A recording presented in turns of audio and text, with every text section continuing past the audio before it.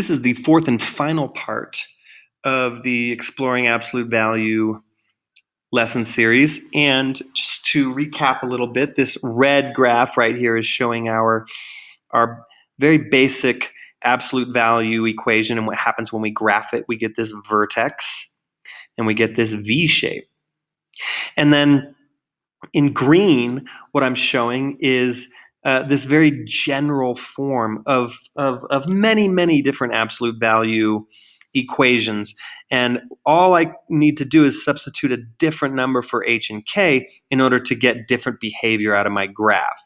And what we learned in the last couple of lessons is that positive values of k, so from 0, as I increase k, the graph translates up. And then from 0, if I decrease k and I have a negative value for k, it goes down. And in a similar, but maybe a little bit counterintuitive way, if I subtract a value of h before I take the absolute value, I'm going to affect the graph in the horizontal direction, but kind of in the reverse way that I expect. So here I'm subtracting 4, x minus 4, but it causes a translation in the positive x direction. And if I subtract a negative number, or in other words, if I add 4, then I'm going to translate in the negative direction. So there's a little bit of counterintuition needed to understand what happens as we change h. And really, we try to undo that a little bit by putting a subtraction sign in our very general form of the equation here. So if I say x minus h, then look, when my h is negative, my graph shifts negative. And when my h is positive, it shifts towards the positive direction. And it's just worth noting also that these values of h and k, if I can just pick them right out and they tell me the coordinates of the vertex of my absolute value graph. And we have one more thing to look at.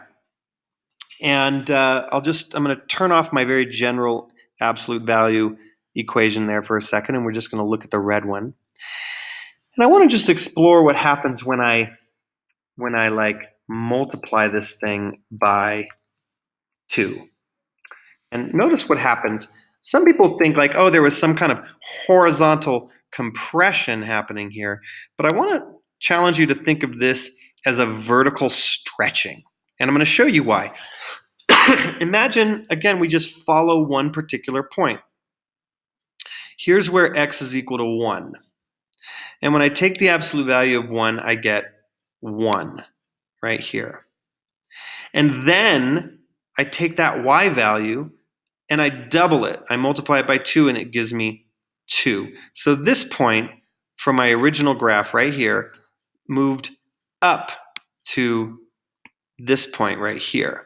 The x value stayed 1, but I doubled my y value. And that's what caused this vertical stretching. Similarly, if I took half of my x value, here I take the absolute value of 1 and I get 1. And when I take half of that, boom, I'm down here to 1/2. Look, if I take the absolute value of 4, I get 4. And then I take half of that, that brings me back to 2. So I can effectively stretch or compress this thing vertically by supplying some kind of multiplier. Some students like to think of this as the slope of the absolute value. And you can see why that makes sense. If you know where the if you know where the vertex is, it's from that point that I could just use like a slope of 1/2 to go up 1 over 2, up 1 over 2. And I'd get this section. And of course, the absolute value graph is symmetric. I can go up 1 over 2 in the other direction, up 1 over 2 in order to get the other half of my graph. And so that's pretty interesting. We can use this k value to translate the graph up and down. We can use the h value to translate it left and right.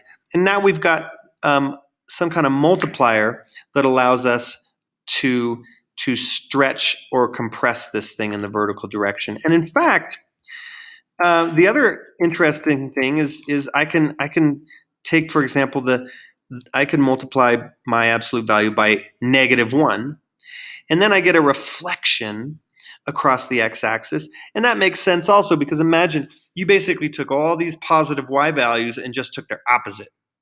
Absolute value of 2, that's 2.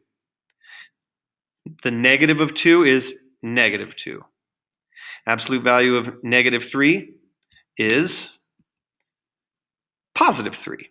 But then when I take the negative of +3, boom, I'm down here at -3. And so the sign of our multiplier is also going to cause our V to either open upwards or downwards. If it's positive, it's going to open up, and if it's negative, it's going to open downwards. So let's put all this together. Again, by generalizing, I'm going to put another constant or parameter, I'll call it, in my very general equation, and I'll call it A. And now when I graph this thing, not only can I move this thing up and down by changing K, I can move it to the left and to the right by changing H. I can also stretch it vertically by making A greater than 1. I can flatten it or compress it vertically if A is between 0 and 1. And if I make A negative, I can make my absolute value open downwards instead of upwards. So the combination of these three parameters, A, H, and K, as I've called them here, really I can create any absolute value graph I want from all of these. And this is, we're going to be looking at all of this stuff strictly in the context of absolute value at this point, but more generally, these are all different transformations that we could do really on any graph, and we're going to get into that later in this semester.